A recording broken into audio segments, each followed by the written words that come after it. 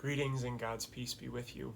My name is Kristofer, and I'm one of the priests at St. Francis Parish, Epiphany Community Center. It's good to have a little bit of time to talk with you today. Speaking of today, you might know that in the church calendar, today is what's called the Presentation of our Lord. It is also, in some traditions, called Candlemas, and we'll talk a little bit about that in a minute.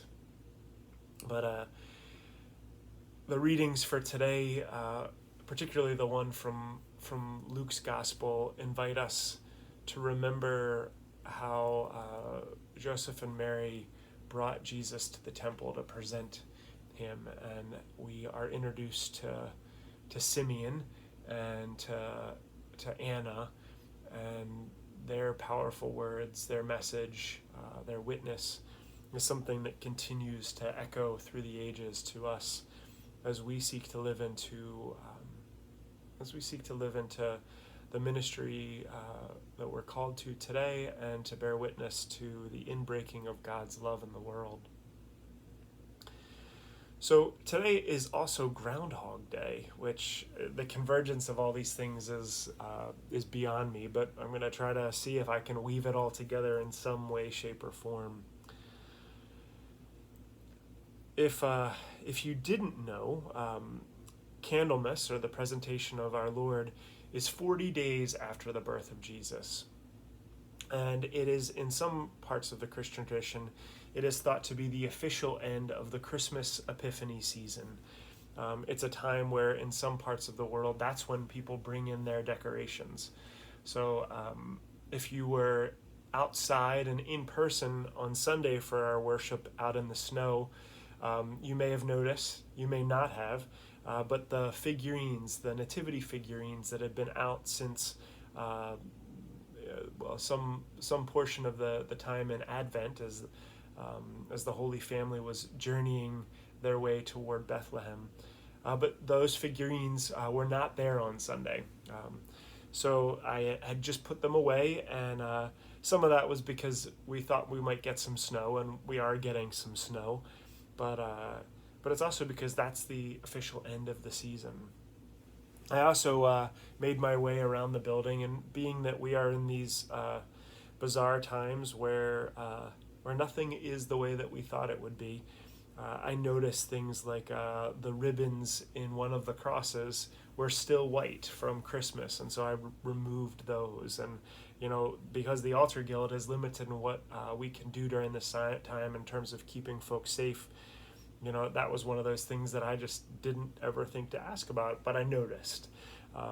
The pedal pushers that created these beautiful arrays for Christmas, there were still some Christmas greens out in one of the pots, and I tried to remove those, and I found that the greens were frozen into the soil in the pot, and I couldn't remove them. So I could move the pots down just to move them out of the view of others that were coming to gather. As weird as all that is, it's probably actually not that weird for even your at-home practices. I don't know about you, but when I put away all the things for Christmas, it usually takes me a little bit of time to find all the things that we hang up that I forgot were out or I didn't notice. You get used to these patterns and habits, whether that's a piece of mistletoe hanging or a special ornament that fell off the tree and underneath the sofa, or a wreath, or a set of candles that you light. There are all sorts of ways that we mark this season, and we remember the incarnation, the presence of God with us. Well, as we move into and through this winter time, especially in this time of wintry mix and storm that we have currently occurring, we in the church, this is a time historically where people would bring their candles, and they would have those candles blessed and use them for the year as a way of marking the way in which the Holy Family and Jesus showed up at the temple and was presented. So we present ourselves, and in this time of COVID, the ways that we are called to present ourselves take very different form.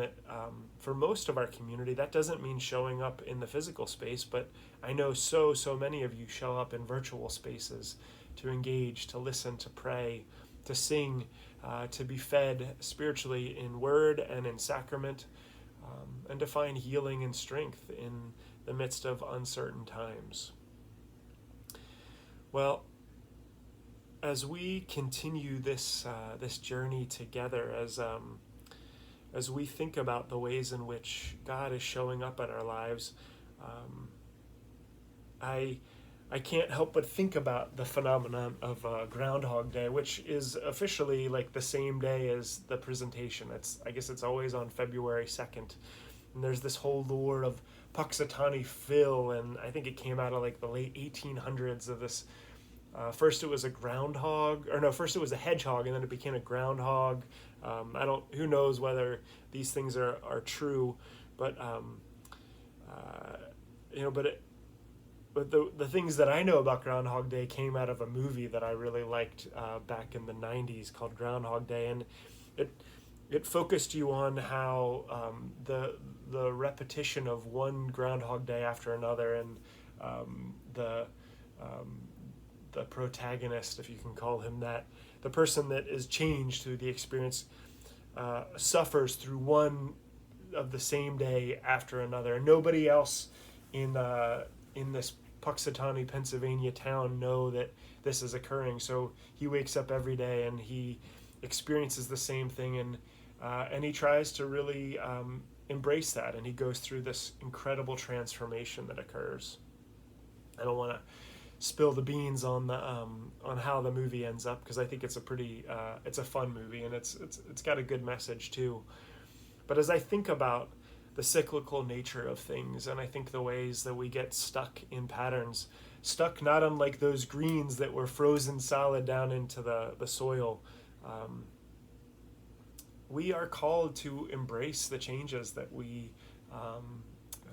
that are a part of our lives now. And when I think about this old man in the temple, Simeon, and this promise that he had that before he would die, he would get to see the Messiah. And his words are powerful words that I often pray in evening prayer, and Compline particularly. Lord, you now have set your servant free to go in peace, for my eyes have seen your salvation, which you prepared for all the world to see, a light to enlighten the nations and the glory of your people Israel. I know that's not exactly the words, but that's so powerful, such vivid imagery. As we look to see Christ in the world, as we look to be transformed by God, as we look to participate in God's transformative work in the world, I wonder what that looks and feels like in your life. I'm glad to have this time together to reflect with you, and I hope you could follow most of what I had to share as we bring together Candlemas and the presentation of our Lord, and Groundhog Day, and my life and your life and our life together as St. Francis Parish Epiphany Community Center. I wish you well, and may Christ's peace be with you this day and always. Thanks. Until next time.